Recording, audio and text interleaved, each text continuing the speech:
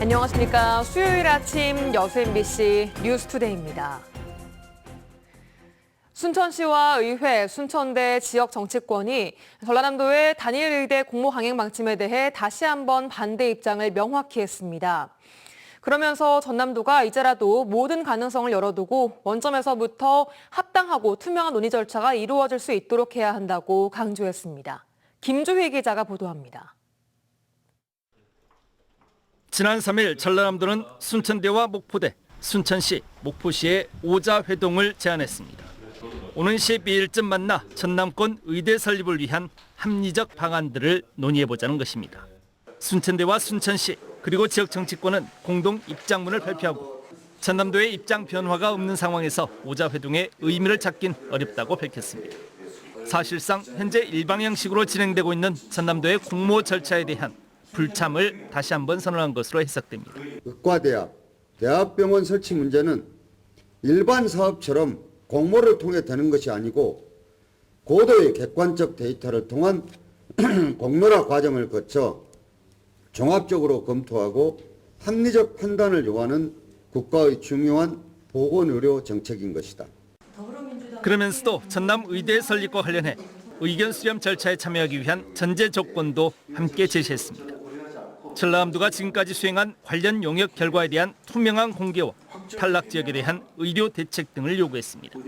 또한 의대 관련 의견 수렴 과정 공개와 도민 동의 절차도 촉구했습니다. 예상되는 모든 문제를 이해 당사자 기관들과 협의와 합의를 거친 후 투명하게 공개하고 도민들의 동의를 얻어 진행하라. 순천대와 순천시 지역 정치권은 전남권 의대를 둘러싼 현재 전남 동서 지역 간 극한 갈등의 책임이 전남도에 있다고 직격하고 있습니다.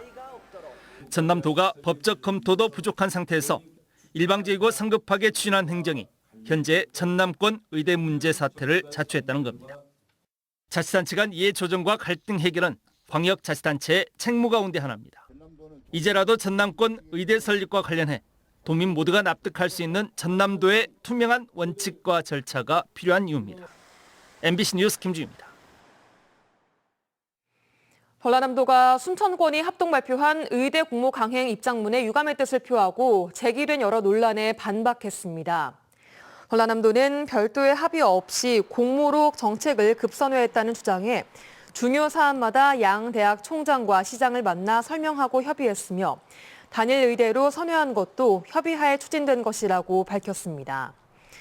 또 지난 두 차례 의대 설립 용역 결과를 공개하라는 요구를 두고서는 당시 증원 규모는 400명으로 현재와 다른 여건에서 마련됐고 과거 용역 자료가 편향적으로 이용된다면 지역 갈등이 증폭될 우려가 있었다고 설명했습니다.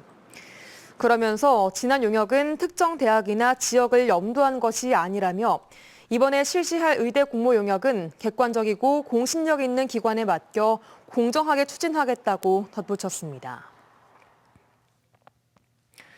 민주당이 새 원내대표단 구성을 완료한 가운데 여수을 조계원 당선인이 원내 부대표에 선임됐습니다.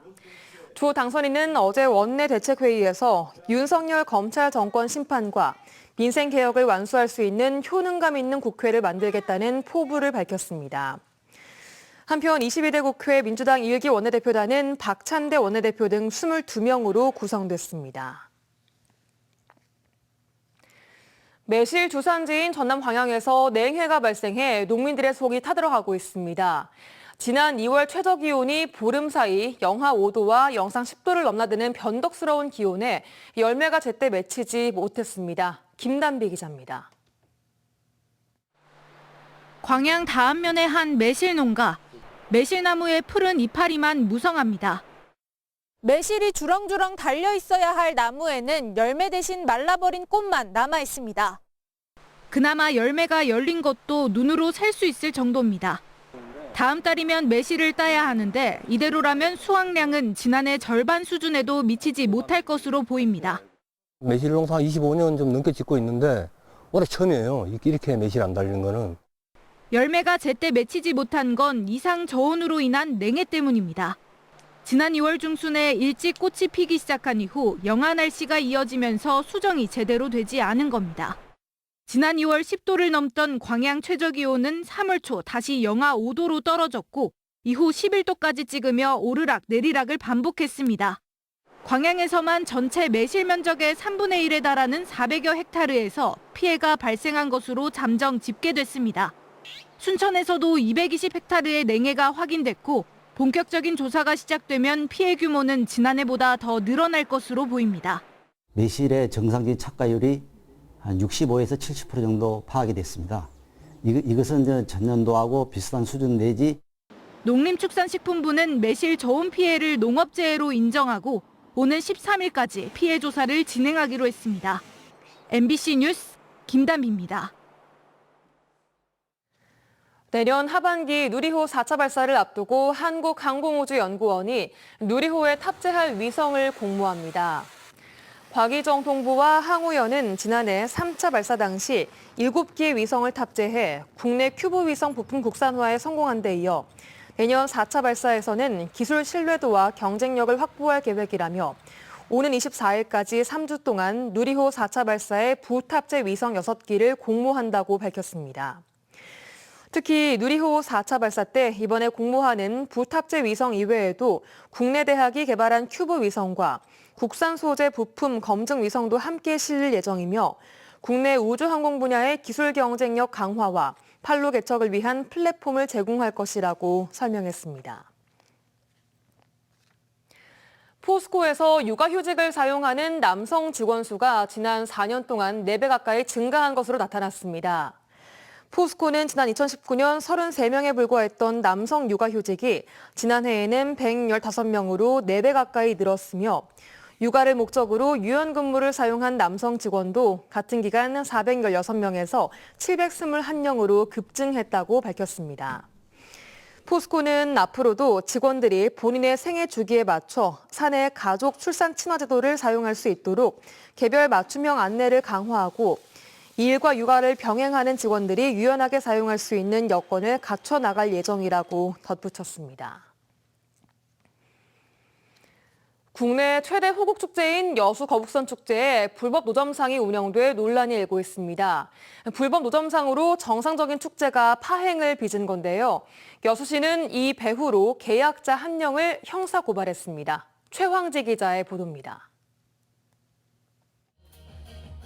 거북선 축제를 홍보하는 현수막이 붙어 있습니다. 먹거리 장터와 놀이시설엔 시민들의 발길이 몰립니다.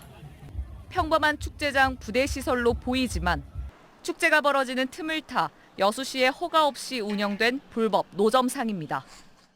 철거되지 못한 자재와 가득 쌓인 술병들이 이곳 해양공원에 방치되어 있습니다. 축제 정식 프로그램의 하나인 벼룩시장 형식의 플리마켓은 이 같은 불법 노점상에게 자리를 뺏겼습니다.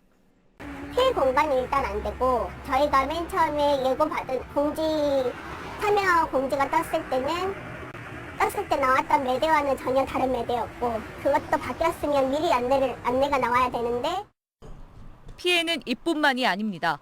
불법 노점상으로 인근 상인들 역시 거북선 축제 특수를 누리지 못했다며 불만을 터뜨립니다. 장사하는데 매출이 작년 거북선 축제의 4분의 1이었어요. 지역 축제의 목적이 뭔가요? 지역 경제 활성화거든요. 축제 주최 측은 불법 노점상 운영의 배후로 김모 씨를 지목하고 있습니다. 김 씨는 2년 전에도 적법한 절차를 거치지 않고 축제 상인들과 계약해 무리를 빚은 바 있습니다. 이번에도 김 씨는 축제 주최 측과 계약한 5천여만 원 이상을 회수하려고 허가받지 않은 구역까지 상인들과 계약했고 여수시의 강제 철거 명령도 이행하지 않았습니다. 돈을 찾을 길이 없으니까 불법으로 이쪽 해양공원에 불법으로 천막을 치고 영업을 한 겁니다. 저희들은 허가가 날 줄 알았는데 불가 통보가 오니까. 여수시는 김 씨를 국공유지 무단 점거 혐의로 형사 고발했고 인근 상인들은 여수시의 소극적 행정에 강경 대응을 검토하고 있습니다. MBC 뉴스 최황지입니다. 전남교육청이 오는 29일 여수에서 열리는 글로컬 미래교육 박람회 안전관리 종합계획을 수립하고 관할 지자체인 여수시에 제출했습니다. 이번 계획에는 안전재난 통합 플랫폼을 구축해 사고 요인을 사전에 분석하고 환자, 화재 발생, 시설물 파손 등에 대비한 매뉴얼 등이 포함됐습니다. 또 스마트 안전 시스템을 마련하고 경찰, 소방, 의료 등 전문 유관기관과 협업하는 내용도 담았습니다. 교육청은 박람회장 혼잡도 관리를 위해 3개 대구역을 설정했으며 동시에 머무는 예상 인원을 최대 4만여 명으로 계산해 세밀한 관람객 동선 계획도 수립했습니다. 대표적인 도농 복합도시인 전남 무안군이 농촌에 밀집해 있는 무안읍 등 원도심 활성화를 위해 다양한 지원책을 내놓고 있습니다. 그 첫 단초로 복합문화센터와 보건소가 신축 이전에 지역 주민 편익 증진에 큰 도움이 될 것으로 보입니다. 김양훈 기자가 보도합니다. 옛 무안 5일 시장 부지에 지하 2층 지상 6층 규모의 대형 건물이 들어섰습니다. 지역 균형 발전과 동반 성장을 위해 건립된 무안군 복합문화센터입니다. 무안군은 전남도청 이전으로 도농 복합도시가 됐는데 도청이 있는 남학에 비해 농촌이 밀집한 원도심 주민들은 상대적으로 문화 향유 기회가 적었습니다.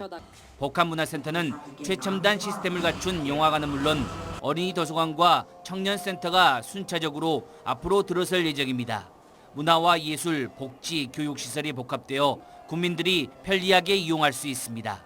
복합문화센터를 신개축하는 그 정권이 염원이 10만 국민의 상당히 기대에 좋고 앞으로 삶의 질이 향상이 더욱 좋지 않을까 그렇게 생각하고 있습니다.